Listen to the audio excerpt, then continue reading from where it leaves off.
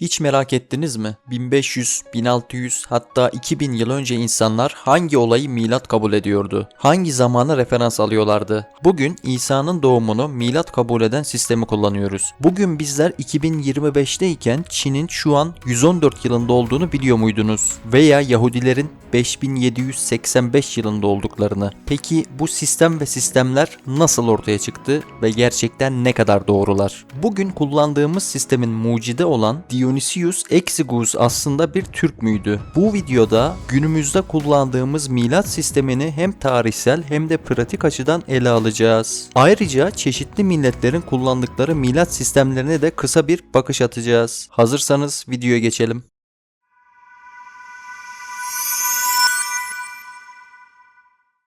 Bugün kullandığımız milat sistemi İsa peygamberin doğumunun sıfır noktası kabul eden bir zaman ölçüm sistemidir. Ancak bu kabul sürecinin arkasında birçok ilginç detay yatmaktadır. Hikayemiz 6. yüzyılda yaşayan Romalı bir keşiş olan Dionysius Exiguus ile başlıyor. Dionysius Doğu Roma topraklarında dünyaya gelmişti. Günümüzde bir Romanya şehri olan Köstence'deki bir rahip topluluğuna üyeydi. Arkadaşı Cassiodorus'a göre İskit kökenli olmasına rağmen tam bir Romalıydı ve iyi bir Katolikti. Dionysius'un İskit kökenli olduğunu bugün biliyoruz. İskitlerden kısaca bahsetmek gerekirse İskitler M.Ö. 8. yüzyıldan M.Ö. 3. yüzyıla kadar Doğu Avrupa ve Orta Asya'da yaşamış göçebe bir halktı. O bölgeye de doğudan gelmişlerdi. Aslında burada söz konusu tartışma milat sisteminin mucidi olan Dionysius'un Türk olup olmadığı değil, İskitlerin Türk olup olmaması tartışmasıdır. Tarihçiler ve araştırmacılar bugün hala bu konu hakkında ortak bir sonuca varamamışlardır. Ancak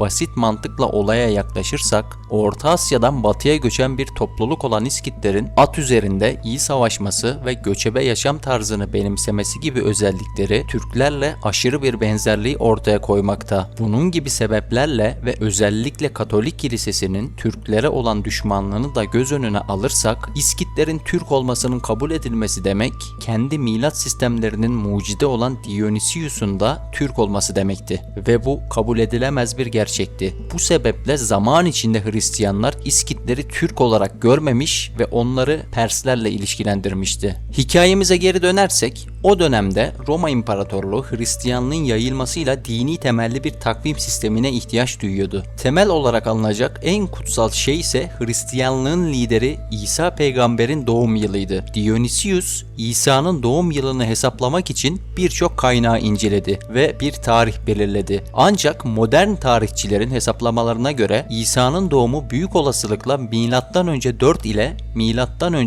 6 yılları arasında gerçekleşmiş olabilir. Yani Dionysius'un milat olarak belirlediği tarih aslında yanlış olabilir. Dionysius 525 yılında 532 ve 626 arasındaki yıllar için Paskalya Bayramı tarihini belirleyen bir sistem buldu. Bunu yaparken İskenderiye Patriği Kiril'in eski bir takvimini kullandı. Bildiğiniz üzere Paskalya Bayramı İsa peygamberin çarmıha gerildikten 3 gün sonraki dirilişini kutlamak için milattan sonra 2. yüzyılda kutlanmaya başlayan ve günümüze dek her yıl kutlanan bir Hristiyan dini bayramıdır. Dionysius'un yeni bir yıl numaralandırma sistemini icat etmek istemesinin iki sebebi vardı. Eski sistemde Hristiyanlara karşı olan zulmüyle tanınan gaddar Roma İmparatoru Diokletian'a dayanan bir yıl numaralandırma sistemi kullanılması ve o dönemde insanların İsa'nın ikinci gelişinin yani dünyanın sonunun İsa'nın doğumundan 500 yıl sonra olacağı inancını yıkmak istemesi. Bu inancın sebebi ise Anno Mundi denilen bir Yahudi takvimiydi. Anno Mundi milat olarak dünyanın yaratılmasını alır. O zamanki inanca göre Anno Mundi 5500 yılında İsa doğacak ve 6000 yılında kıyamet kopup dünya hayatı sona erecekti. Yani bugünkü takvime göre kıyamet milattan sonra 500 yılında kopacaktı. Tabi öyle bir şey olmadı. Dionysius'un getirdiği yenilik zaman içinde Avrupa'da benimsendi ve Orta Çağ'da resmi bir sistem haline geldi. Fakat bu geçiş aniden gerçekleşmedi. Örneğin 8. yüzyılda yaşayan ünlü İngiliz rahip, yazar ve bilgin Bede yazılarında bu sistemin kullanımını yaygınlaştırdı. Bugün aslında onun sayesinde tüm dünyada bu milat sistemi kullanılmakta.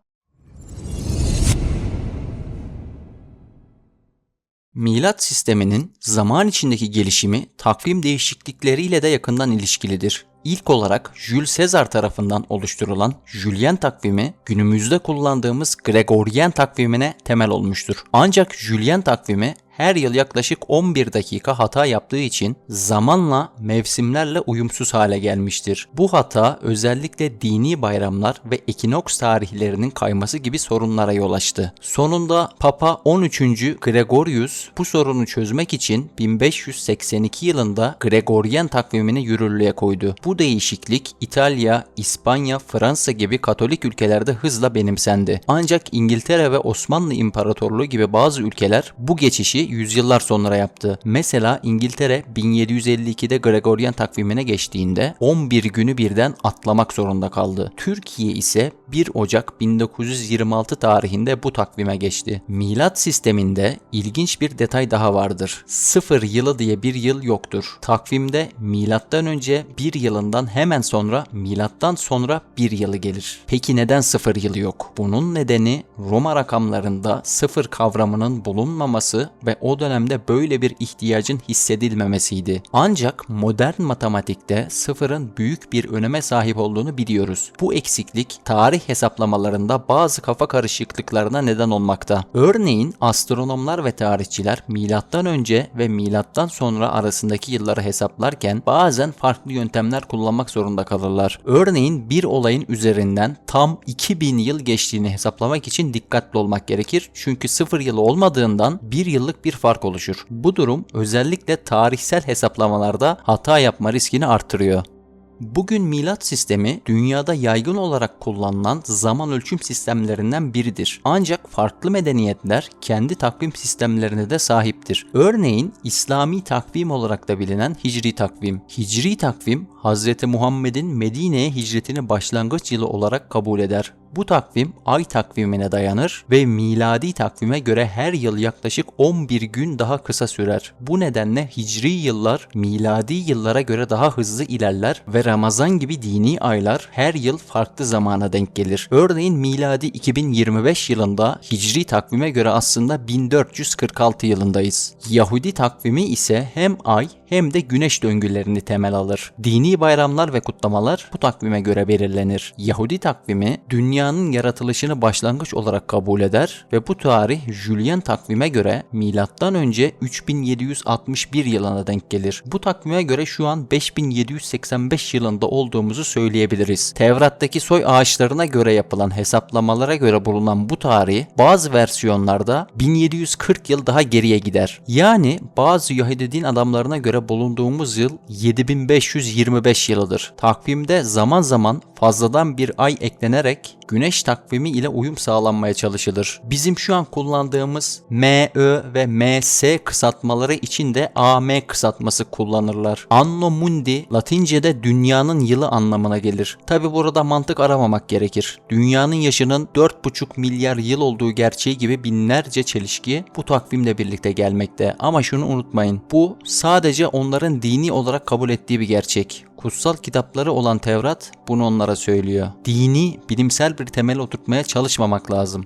Hindistan'da ise birden fazla takvim sistemi bulunmaktadır. Vikram Samvat takvimi M.Ö. 57 yılını başlangıç olarak alırken Shaka Samvat takvimi M.Ö. 78 yılında başlar. Hindu festivalleri genellikle ay takvimine dayandığı için her yıl miladi takvime göre değişiklik gösterebilir. Ayrıca farklı bölgeler farklı takvimler kullanmaktadır. Çin takvimi ise hem güneş hem de ay döngülerine dayanan bir lunisolar takvimdir. 12 yıllık döngüler halinde ilerleyen bu takvimde her yıl farklı bir hayvan sembolü ile temsil edilir. Çin yeni yılı miladi takvime göre her yıl farklı tarihlere denk gelir ve büyük bir kültürel öneme sahiptir. Çin uluslararası alanda tüm dünya ile birlikte miladi takvimi kullansa da bazı bölgelerde yerel halk hala geleneksel Çin takvimini kullanmakta. 1912 yılında Gregorian takvime geçişi kabul etseler de ise yıl numaralandırma sistemi olarak hala kendi özgün sistemlerini kullanmaktalar. Çin geleneğinde yıllar hükümdarın saltanat yılına göre sayılıyordu. Yani mesela siz gittiniz Çin Halk Cumhuriyeti'ni bir devrimle yıktınız ve başa geçtiniz. 10 sene sonra bulunduğunuz yıl 2035 olmayacak. 10. yılda olacaksınız. Yani kısaca hükümdarın saltanatına başladığı tarih milat kabul edilmekte. Bu sebeple Çin'de 1911 devriminin en önemli lideri olan Sun Yat-sen 1912 yılında Çin'in geçici cumhurbaşkanı olduğunda bir önceki videomda bahsettiğim efsanevi Sarı İmparator'un saltanatının 4609. yılını Çin Halk Cumhuriyeti'nin 1. yılı olarak ilan etti. Bugün Tayvan bu takvimi kullanan ülkelerden.